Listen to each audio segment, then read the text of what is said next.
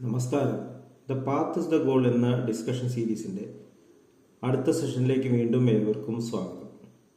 നമുക്ക് ആദ്യം മെഡിറ്റേഷൻ ചെയ്യാം. കണ്ണുകൾ അടച്ച് ശാന്തമായിരിക്കും.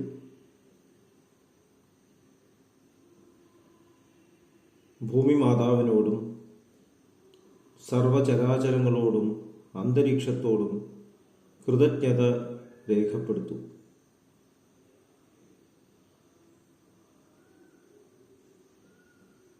ഭൂമി മാതാവിൽ നിന്നുമുള്ള ഹീലിംഗ് എനർജി കാലുകളിലൂടെ പ്രവേശിച്ച് ശരീരം മുഴുവൻ വ്യാപിക്കുന്നതായും ശരീരത്തിലെ എല്ലാ ഭാഗങ്ങളെയും എല്ലാ കോശങ്ങളെയും റിലാക്സ് ചെയ്യാൻ സഹായിക്കുന്നതായും അനുഭവിക്കൂ. ഇപ്പോൾ ശരീരം പൂർണ്ണമായും റിലാക്സ്ഡ് ആയി. ഈ റിലാക്സേഷൻ ഹൃദയത്തിൽ അനുഭവിക്കൂ. ശ്വാസം ദീർഘമായി ഉള്ളിലേക്കെടുക്കൂ. ഹൃദയത്തിൽ സ്നേഹം നിറയുന്നതായി അനുഭവിക്കൂ. ശ്വാസം പുറത്തേക്ക് വിടുമ്പോൾ സ്നേഹം പ്രപഞ്ചം മുഴുവൻ വ്യാപിക്കുന്നതായും അനുഭവിക്കൂ. ഹൃദയത്തിൽ കുടികൊള്ളുന്ന സ്നേഹത്തിൻ്റെ സ്രോതസ്സിൽ നിന്നും ഉദ്ഭവിക്കുന്ന ദിവ്യപ്രകാശം മനസ്സിനെ ആകർഷിക്കുന്നതായി അനുഭവിക്കൂ.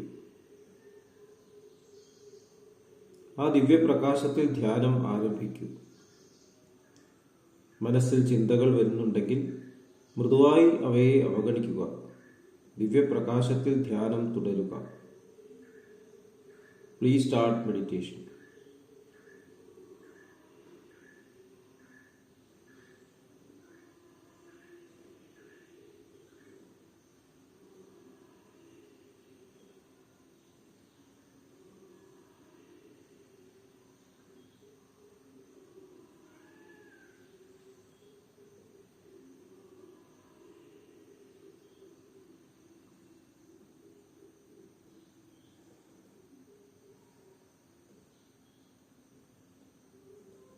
ഓക്കെ, ആ കണ്ടീഷൻ ഹൃദയത്തിൽ നിലനിർത്തി പതുക്കെ കണ്ണുകൾ തുറക്കൂ.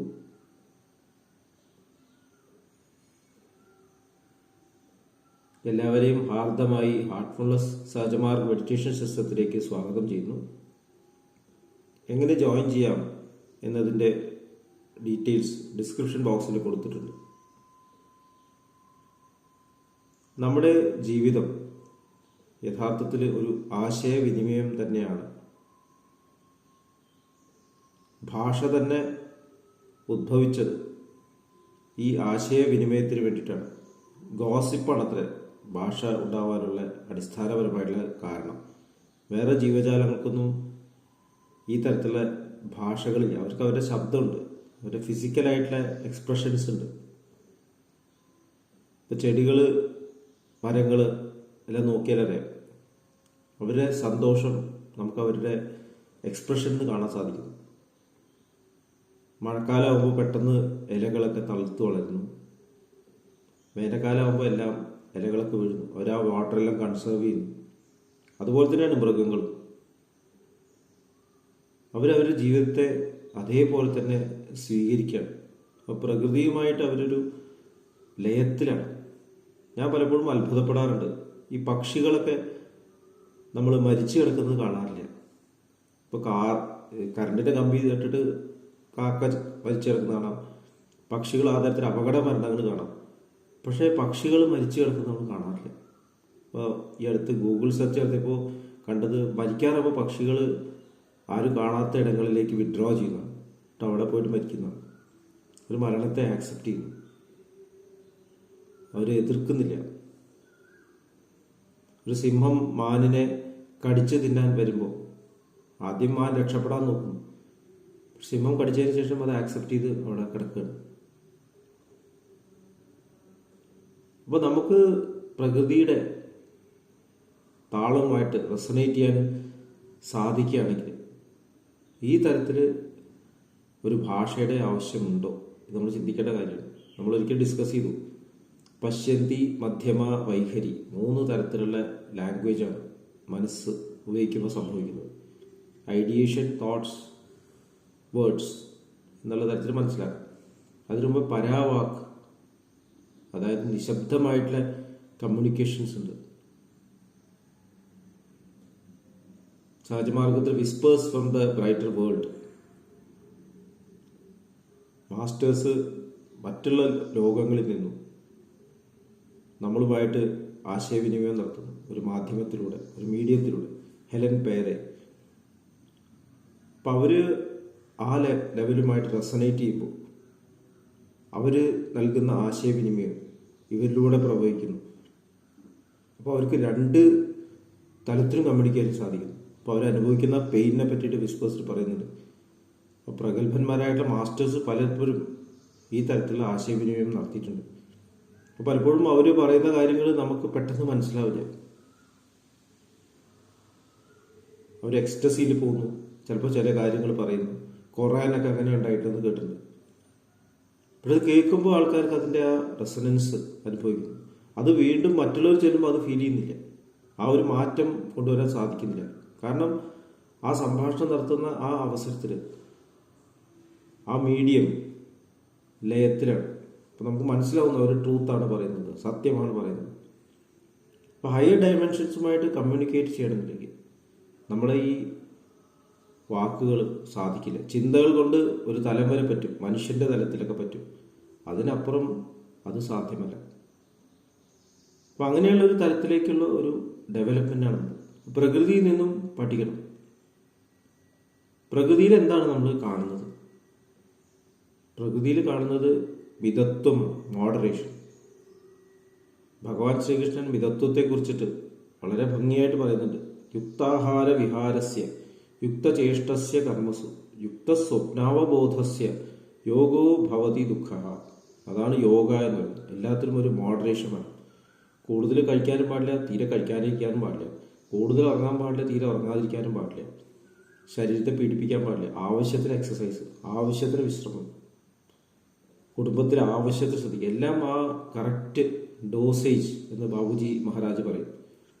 ആ മോഡറേഷൻ പ്രകൃതിയിൽ ഈ കറക്റ്റ് ഡോസേജ് കാണാം. അതാണ് നേരത്തെ പറഞ്ഞത്. പ്രകൃതിയുടെ മാറ്റങ്ങൾക്കനുസരിച്ചിട്ട് ജീവജാലങ്ങൾ അവരുടെ ജീവിതത്തെ മോഡിഫൈ ചെയ്യും.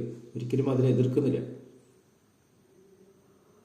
അപ്പോൾ ഈ തരത്തിലുള്ള ഒരു മോഡറേഷൻ നമുക്ക് നമ്മുടെ ജീവിതത്തിൽ കൊണ്ടുവരാൻ സാധിക്കും. എന്താണ് നമുക്ക് യഥാർത്ഥത്തിൽ ആവശ്യമില്ല? എത്ര ഭക്ഷണം കഴിക്കണം? ഏത് തരത്തിലുള്ള ഭക്ഷണം കഴിക്കണം? എല്ലാവർക്കും ഒരുപോലെ ആവണമെന്നില്ല. ആന കഴിക്കുന്ന പോലെയല്ല അണ്ണാൻ കഴിക്കുന്നത്. അതുപോലെ മനുഷ്യർക്കും ഡിഫറൻസ് ഉണ്ട്. എല്ലാവർക്കും ഒരുപോലെയല്ല. പക്ഷെ അതെങ്ങനെ മനസ്സിലാവും? നമ്മൾ നാവിൻ്റെ രുചിയിലും കണ്ണിൻ്റെ കാഴ്ചയിലൊക്കെ കുടുങ്ങിപ്പോയിരിക്കുന്നു. എന്താണ് നമുക്ക് ഏറ്റവും നല്ലത്? നമുക്ക് അനുയോജ്യമായിട്ടുള്ള ഭക്ഷണം ഏതാണ്? നമുക്ക് അനുയോജ്യനായിട്ടുള്ള പാർട്ട്ണർ ആരാണ്? നമുക്ക് അനുയോജ്യമായിട്ടുള്ള ജോലി ഏതാണ്? നമുക്ക് അനുയോജ്യമായിട്ടുള്ള വിദ്യാഭ്യാസം എന്താണ്? നമുക്ക് അനുയോജ്യമായിട്ടുള്ള സ്കിൽസ് ഏതെല്ലാം? വീണ്ടും ചില വീട്ടുകാര്യങ്ങൾ എന്നുള്ള ഒരു ഫിലിമുണ്ട്. ജയറാം തിലകൻ എന്നിവർ അഭിനയിച്ച ഒരു സിനിമയാണ്. ജയറാം ഒരു മെക്കാനിക്കാണ്, വാഹനങ്ങൾ റിപ്പയർ ചെയ്യുന്ന മെക്കാനിക്. പക്ഷെ അദ്ദേഹത്തിന് സിനിമയിൽ നടിക്കാനാണ്, അഭിനയിക്കാനാണ് താല്പര്യം. നാടകങ്ങളും സിനിമയിലൊക്കെ. അപ്പം അതിൻ്റെ പുറകെ കുറേ പോകുന്നു. ഒടുക്കം ലോഹിതദാസ്, സിനിമാ ഡയറക്ടറായ ലോഹിതദാസ് ഇദ്ദേഹത്തെ വഴിയിൽ വെച്ച് കാണുന്നു. കാറ് കേടാക്കി എടുക്കണം. അപ്പോൾ ജയറാം വളരെ ഈസി ആയിട്ട് അത് റിപ്പയർ ചെയ്യുന്നു. അപ്പോൾ ലോഹിതദാസ് ചോദിക്കുകയാണ്, ഇത്രയും നല്ലൊരു വിദ്യ നിന്റെ കയ്യിൽ ഉണ്ടായിട്ട് നീ എന്തിനാണ് ഇതിൻ്റെ പുറകെ നടക്കുന്നത്? അപ്പോൾ അങ്ങനെ ജയറാമിന് തിരിച്ചറിവുണ്ടാകുന്നു. ആ പഠിച്ച വിദ്യ ഇതുവരെ ഉപയോഗിച്ചിട്ടില്ല. എന്നിട്ട് ഒരു ഷോപ്പ് തുറന്നു, മെക്കാനിക് ഷോപ്പ് തുറന്നത്. ഓട്ടോ, ടാക്സി, കാറെല്ലാം റിപ്പയർ ചെയ്യുന്ന ഒരു കട. അപ്പോൾ നമ്മൾ പലപ്പോഴും നമ്മുടെ യഥാർത്ഥത്തിലുള്ള ടാലൻറ്റിനെ വിസ്മരിച്ചിട്ട് വേറെ എന്തിനൊക്കെയോ പുറകെ പോകുന്നു. എനിക്കറിയുന്ന ചില ആൾക്കാരുണ്ട്, പാട്ട് പഠിക്കാനായിട്ട് പാട്ട് പാടും. അവരെ വിദ്യാഭ്യാസം നിർത്തിയിട്ട് പാട്ടിൻ്റെ പുറകെ പോയി. അവസാനം അതുമില്ല ഇതുമില്ല എന്നായി.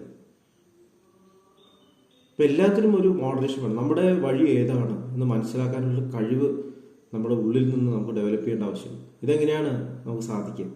അവിടെയാണ് മെഡിറ്റേഷൻ ഹെൽപ്പ് ചെയ്യുന്നത്. ശരിയായിട്ട് മാർഗം കണ്ടെത്താൻ ഉള്ളിലേക്ക് തിരിയാൻ. എനിക്ക് ഏറ്റവും അഭികാമ്യമായിട്ടുള്ള കാര്യം എന്താണ്? ഞാൻ ആരുമായിട്ടൊക്കെയാണ് കണക്ട് ചെയ്യേണ്ടത്? എവിടെയെല്ലാമാണ് ഞാൻ ഇൻട്രാക്ട് ചെയ്യേണ്ടത്? എവിടെയെല്ലാമാണ് സംസാരിക്കേണ്ടത്? ഇതെല്ലാം മനസ്സിലാക്കുന്നത് റെഗുലറായിട്ടുള്ള ധ്യാനത്തിലൂടെ. നമുക്ക് ഹയർ വിസ്ഡം ലഭിക്കുമ്പോൾ, കണക്റ്റഡ് ആകുമ്പോൾ നമുക്ക് വേണ്ടത് നമുക്ക് ചെയ്യാൻ സാധിക്കുന്നു. ഇപ്പോൾ ജീവിതം യഥാർത്ഥത്തിലൊരു റിച്വൽ തന്നെയാണ്, ഒരു സംശയമില്ല. എല്ലാ ദിവസവും രാവിലെ എണീക്കുന്നു, പല്ല് തേക്കുന്നു, കുളിക്കുന്നു, ജോലിക്ക് പോകുന്നു, വൈകുന്നേരം കിടന്നുറങ്ങുന്നു, ഒരു വ്യത്യാസമില്ല. എത്രയോ കാലമായിട്ട് തന്നെ ഇടയ്ക്ക് ഭക്ഷണം കഴിക്കുന്നു, ഇതന്നെ നമ്മൾ ചെയ്തുകൊണ്ടിരിക്കുന്നത്. പക്ഷേ ഈ റിച്വലിൻ്റെ ഇടയിൽ, ഈ ആചാരങ്ങളുടെ ഇടയിൽ നമ്മൾ ഈ മോഡറേഷൻ കണ്ടെത്തണം, മിതത്വം കണ്ടെത്തണം. അതിനു വേണ്ടിയിട്ടാണ് ഈ ജീവിതം ഇങ്ങനെ ആവർത്തനം, റെപ്പറ്റീഷൻസ്. നമ്മുടെ ഗ്രാൻഡ് പാരൻസും പേരൻസും അതിനു മുമ്പുള്ളവർ ചെയ്ത് തന്നെ നമ്മൾ ആവർത്തിച്ചുകൊണ്ടിരിക്കുന്നു. മാസ്റ്റേഴ്സും അതിനെയാണ് ആവർത്തിക്കുന്നത്. പക്ഷേ എവിടെയാണ് അവരുടെ ഡിഫറൻസ്? അവരവരുടെ ജീവിതത്തിൽ ഈ മിതത്വം കണ്ടെത്തി, പ്രകൃതിയുടെ ബാലൻസ് കണ്ടെത്തി. Enough is enough, anything more is too much എന്നാണ് ബാബുജി മഹാരാജ് പറഞ്ഞിട്ടുള്ളത്. എവിടെയാണ് നമ്മുടെ ലിമിറ്റ്സ്, എവിടെയാണ് എൻ്റെ ധർമ്മം, ഇത് തിരിച്ചറിയാൻ എനിക്ക് സാധിക്കണം. അത് റെഗുലറായിട്ട് ധ്യാനത്തിലൂടെ, റെഗുലറായിട്ട് ശുദ്ധീകരണത്തിലൂടെ, റെഗുലറായിട്ട് സത്സംഗങ്ങളിലൂടെ നമുക്ക് സാധിക്കുന്നു. കോച്ച് കളിക്കാരെ വിളിച്ചിട്ട് ഇടയ്ക്ക് ഉപദേശങ്ങൾ കൊടുക്കുന്ന പോലെ നമ്മുടെ മെഡിറ്റേഷൻ സമയത്ത് നമ്മൾ നമ്മുടെ യഥാർത്ഥ ഉള്ളിലുള്ള വ്യക്തിത്വമായി കണ്ടുമുട്ടുന്നു. നമ്മൾ കഴിഞ്ഞ സെഷനിൽ ഡിസ്കസ് ചെയ്തു, ആ വ്യക്തിത്വമായി കണ്ടുമുട്ടുമ്പോൾ ആ വ്യക്തിത്വമായി നമ്മൾ മാറുകയാണ്. പലപ്പോഴും അങ്ങനെ വ്യക്തിയെ നമ്മൾ കണ്ടതായിട്ടും പരിചയപ്പെട്ടതായിട്ടും എല്ലാം അനുഭവം ഉണ്ടാവും. മാസ്റ്റർ പ്രത്യക്ഷപ്പെട്ടു, അദ്ദേഹം എന്നോട് സംസാരിച്ചു എന്നെല്ലാം പറയുന്ന മഹാത്മാക്കളുണ്ട്. അവർ പറയുന്നത് ശരിയാണെന്ന് എപ്പോഴാണ് മനസ്സിലാവുന്നത്? അവരുടെ ജീവിതചര്യ അവർ പ്രകൃതിയുമായി താതാത്മ്യം പ്രാപിക്കുന്ന രീതിയിൽ മോഡിഫൈ ചെയ്തുകൊണ്ടേയിരിക്കുന്നു, കറക്റ്റ് ചെയ്തുകൊണ്ടേയിരിക്കുന്നു. ഇറ്റേണലായിട്ട് കണ്ടിന്യൂസ് ആയിട്ട് അവർക്ക് ഈ താളത്തിലേക്ക് വരാൻ സാധിക്കും. കാരണം ഇവിടെ മാറ്റങ്ങൾ വരുന്നുണ്ട്, ലോകത്തിൽ മാറ്റങ്ങൾ സംഭവിക്കുന്നു. മുമ്പത്തെ പോലെയല്ല ഇപ്പോൾ. രാമായണത്തിൻ്റെ കാലം പോലെയല്ല മഹാഭാരതത്തിൻ്റെ കാലം പോലെയല്ല ഇപ്പോൾ. അപ്പോൾ അന്ന് പറഞ്ഞിട്ടുള്ള വലിയ തത്വങ്ങൾ എങ്ങനെയാണ് ഇവിടെ പ്രാവർത്തികമാക്കുന്നത്? നമ്മുടെ മാസ്റ്റർ ദാജിയെ നോക്കിയാൽ അറിയാം, അദ്ദേഹം എപ്പോഴും കണക്റ്റഡാണ്.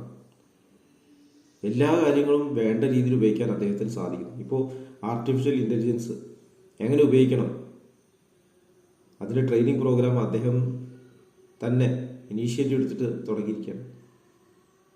ഒരു മാസ്റ്ററുടെ കയ്യിൽ എന്ത് കിട്ടിയാലും അത് പെർഫെക്റ്റായിട്ട് മാസ്റ്റർ ഉപയോഗിക്കും എന്നുള്ളതിൻ്റെ ഉത്തമ ഉദാഹരണമാണ് ഇത്.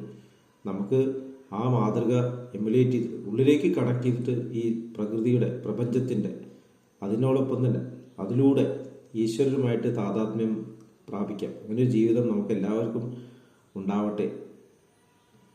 ഇനി അടുത്ത സെഷനിൽ വീണ്ടും നമുക്ക് ഇൻട്രാക്ട് ചെയ്യാം. നന്ദി, നമസ്കാരം.